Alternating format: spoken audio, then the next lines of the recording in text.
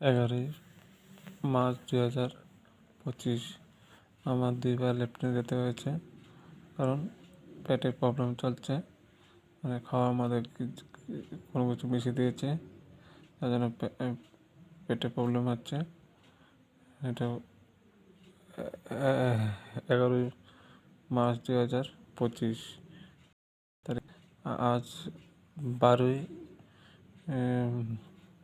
March 2025।